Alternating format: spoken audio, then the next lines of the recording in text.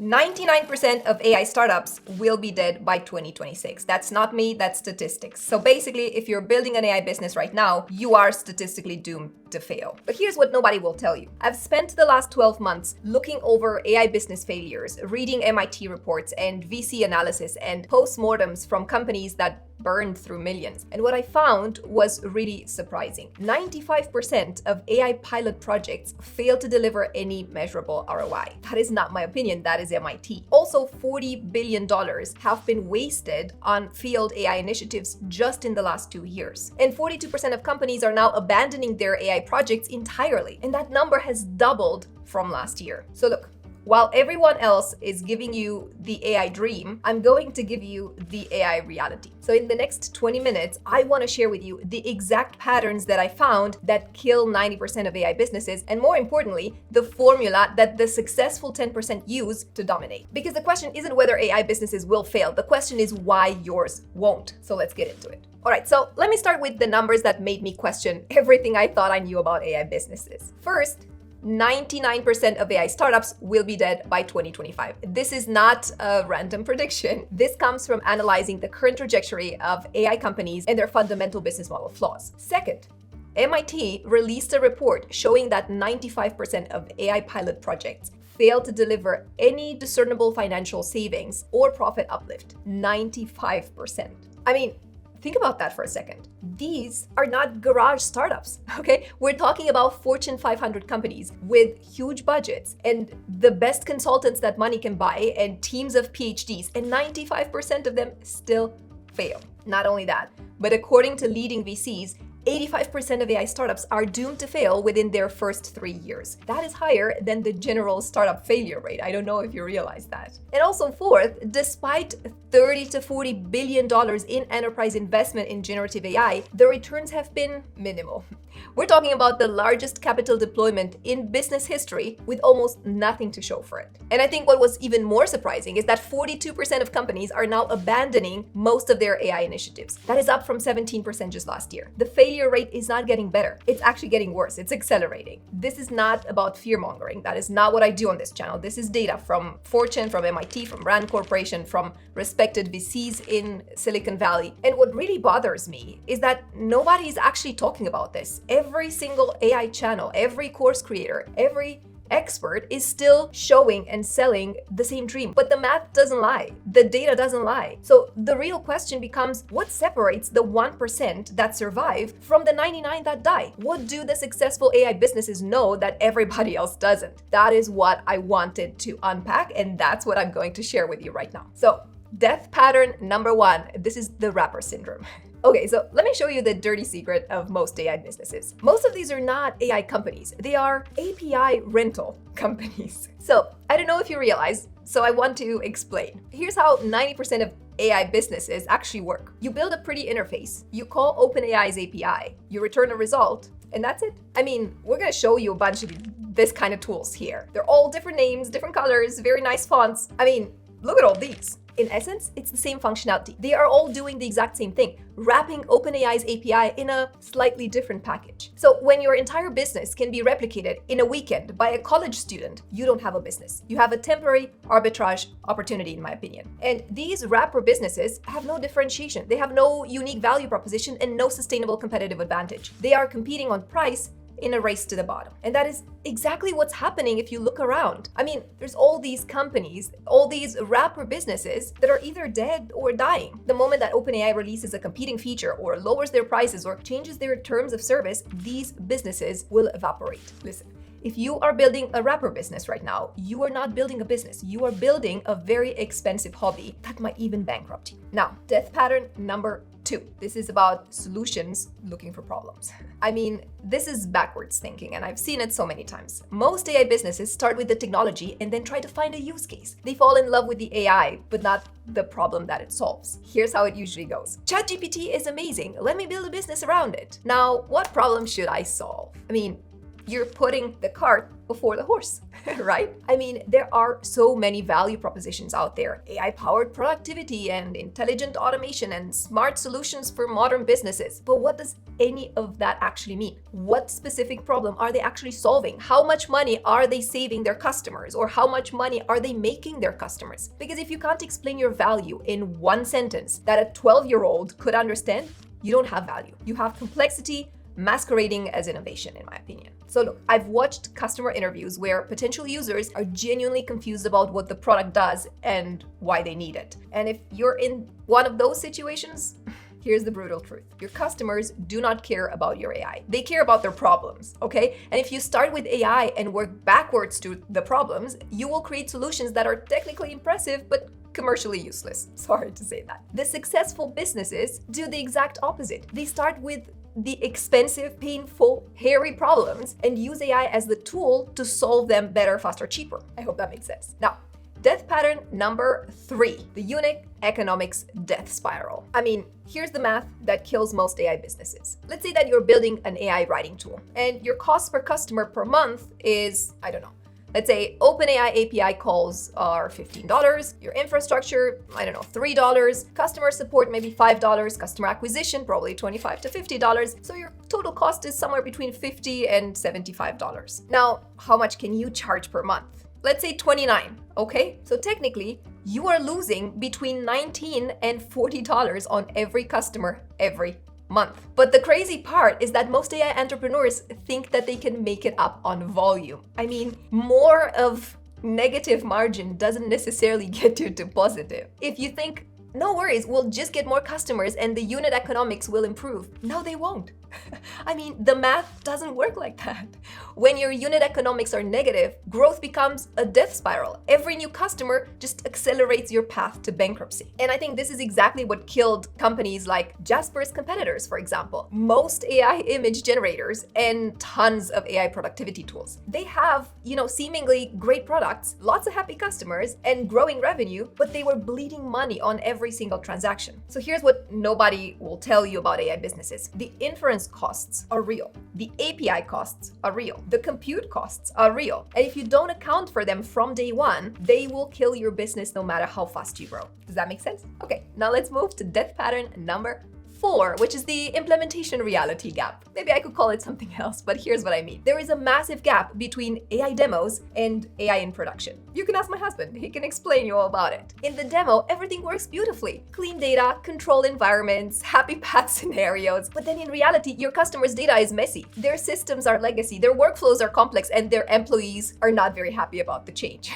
So most AI businesses massively underestimate what it takes to integrate AI into existing business processes. Data cleaning and preparation sometimes can take months. System integration requires a lot of custom deployment and development and employee training and change management. I mean, don't even get me started with that. I have seen AI companies spending 12 to 18 months sometimes trying to implement a solution that worked perfectly in their demo environment, but not so perfectly in real life because the customer gets frustrated. The AI company starts burning through cash trying to make it work, and then eventually everybody gives up. Look, this is why I believe so many AI pilots succeed but never make it to production. The gap between proof of concept and actual real-life implementation is where most AI businesses go to die. All right, death pattern number 5. This is about market misunderstanding. So listen, the 5th death pattern is fundamentally misunderstanding your market. Because most AI entrepreneurs assume that because AI is amazing, customers will immediately adopt it. But they're wrong. I mean, just look at the market. The reality is that most potential customers are either skeptical, confused, or totally afraid of AI. I mean, you can look at the data. 67% of business leaders are still skeptical about AI's business value. They've been burned by previous technology promises.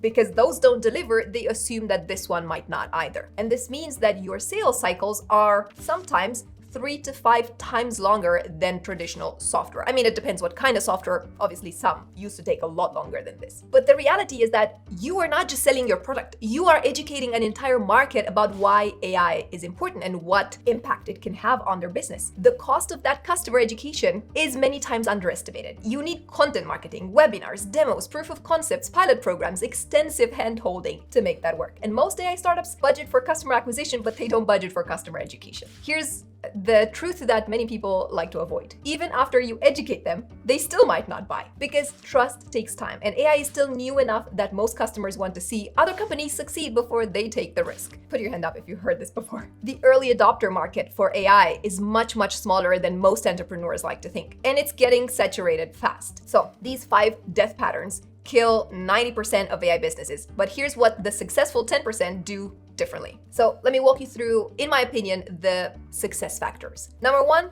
problem first thinking. I cannot stress this enough. If you're in my Founders Hive, you've probably heard me say this 100 times already. The successful 10% start with problems, not with technology. They find specific, measurable, hairy problems that cost their target market significant time or money. And then they use AI as the tool to solve those problems better, faster, cheaper. So here's their framework, or a framework that I think would be relevant. First, identify a problem that costs at least $10,000 a month. Quantify the current solution's limitations. Design an AI solution that is 10 times better. Prove the ROI with actual numbers. That's it. I mean, look at all the successful companies like Copy.ai or Otter or Jasper or Grammarly or all of the others. They didn't start thinking, ooh, let's build an AI business. They started with content creation is expensive and time consuming, or meeting notes are a pain, let's fix that. They identified expensive problems first, and then they used AI to solve them in ways that were obviously better than existing solutions. The AI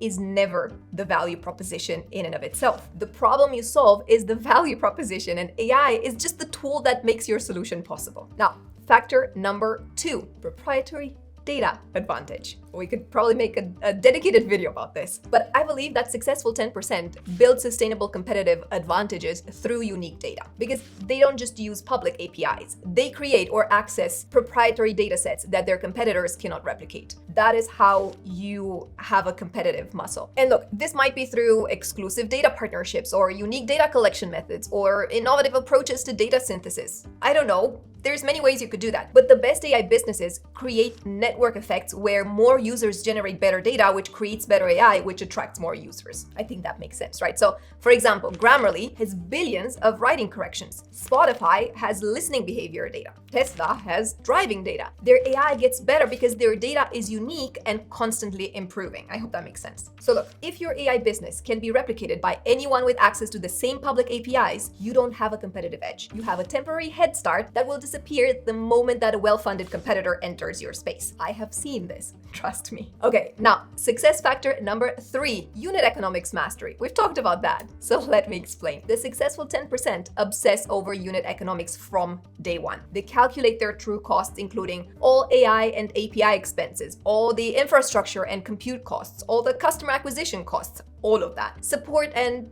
success, let's call that, costs. Churn and retention impact. And then they design pricing strategies that ensure profitability at every level of the scale. That is the only way to make it profitable and work in the long term. They optimize inference costs. They use hybrid models. They implement caching strategies and constantly look for ways to deliver the same value at a lower cost. I mean, again, we could probably make a dedicated video about this, but that's not the point of this one. The bottom line is that, most importantly, I think, they model their economics at scale. They know exactly how profitable they will be at 100 customers, 1,000 customers, or 1,000,000 customers. So here's what separates the winners from the losers, in my opinion. Winners make money on every customer from day one. Losers, they hope to make money at some point. In AI businesses, at some point, or eventually, never comes. Okay, success factor number 4, vertical specialization. Let me say it again. Vertical specialization.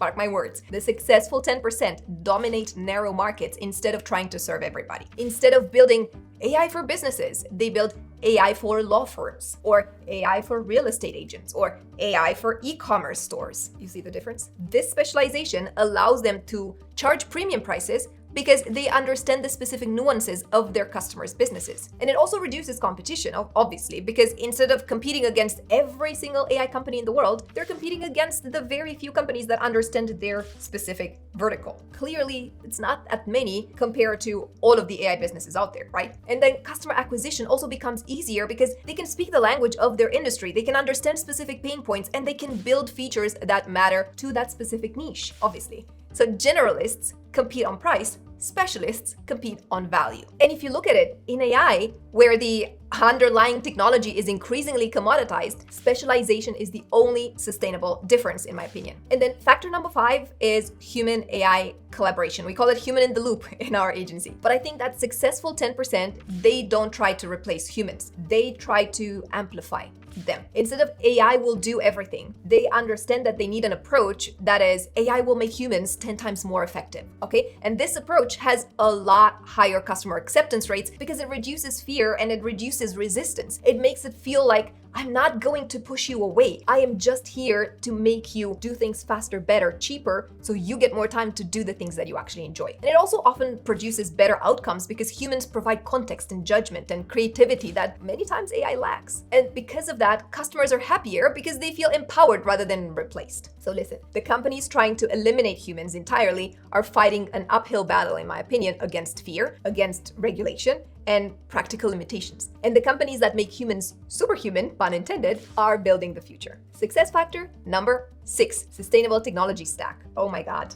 Again, I could probably make a whole video dedicated to this one. I think that the successful 10% make strategic technology choices for long-term viability. I've spoken about this before, but I think it deserves much more than what I can cover in this video. These companies don't just use most popular APIs. They evaluate open source alternatives, hybrid approaches, custom solutions. They optimize for, like I said, inference costs, not for performance. They understand that a slightly less accurate model that costs 10 times less might be better business choice. Also, they build systems that can adapt as the AI landscape evolves. That is not locked into any single provider or technology because things change very fast nowadays. Most importantly, they plan for technology risk. What happens if OpenAI raises prices? What if their primary API goes down? What if a new model makes their approach obsolete? These successful 10% build businesses that can survive and thrive regardless of which specific AI technology will win or lose. So how do you implement this? Okay, we're getting close. This is, I think, a very simple framework that you can keep in mind, okay? It's your immediate action plan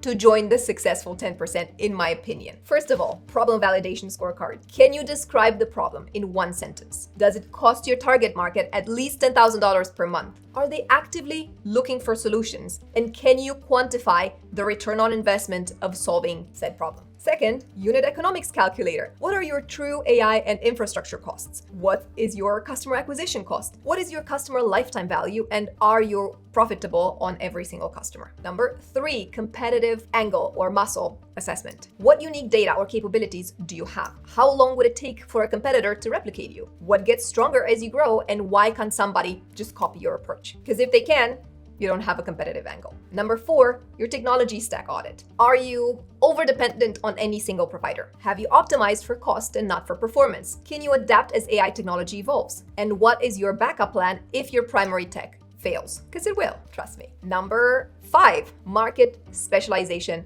analysis. Are you trying to serve everyone or are you specific to somebody? Do you understand your vertical better than a generalist? And can you charge premium prices for specialization? And actually, let me add another one. Is your market large enough but not too competitive? Look, this is a very simple toolkit. You can just take the list or we can put it in an ebook and you can grab it in the free community. But I want to give you the red flags that indicate you're probably heading to the 90% failure category. First, your unit economics are getting worse, not better, as your number of customers grows. Customer acquisition costs are increasing faster than your revenue. Implementation cycles are taking longer than expected. Customer churn is higher than 5% per month. You can't clearly explain your value proposition to a 12-year-old. Competitors are launching similar features weekly. You're constantly fighting on price, or customers need extensive hand-holding to see the value. If you're seeing any of these warning signs, you need to course correct immediately. The longer you wait, the harder it's going to become. I know this video might have been harsh, and I know that it probably challenged a lot of assumptions about AI businesses. But honestly, I'd rather tell you the hard truth now rather than watch you waste years building something that is destined to fail. The AI revolution is real. The opportunities are massive. But success requires more than just wrapping an API in a pretty interface. It requires understanding problems and mastering economics and building moats and competitive advantages and creating real value for real customers. And if you want more content like this, or if you want to hang out and talk about this, maybe you've already started a business and you want more guidance, or maybe you want to start a business and you want to make sure that you don't fall in the 90%, you are always more than welcome to join us in the free school community. We have over 11,000 people over there. We have challenges every 2 weeks. We have calls as a community. We call them Hive calls every 2 weeks. So you can come, you can hang out, you can ask any questions, and we will make sure to do everything we can to support you so that you do not fall in the 90% trap. All right, you guys, that was it for today. Thank you so much for watching. I'm so grateful that you took the time to be here with us. I definitely need to go because a storm is coming. So like this video if you did, be sure to subscribe if you haven't done so, and also share this with anyone in your circle of friends or family who's thinking about starting an AI business, and maybe you want to give them an idea about how not to fail. Until next time, I suggest you go ahead and watch this video over here, and I'll see you soon. Bye.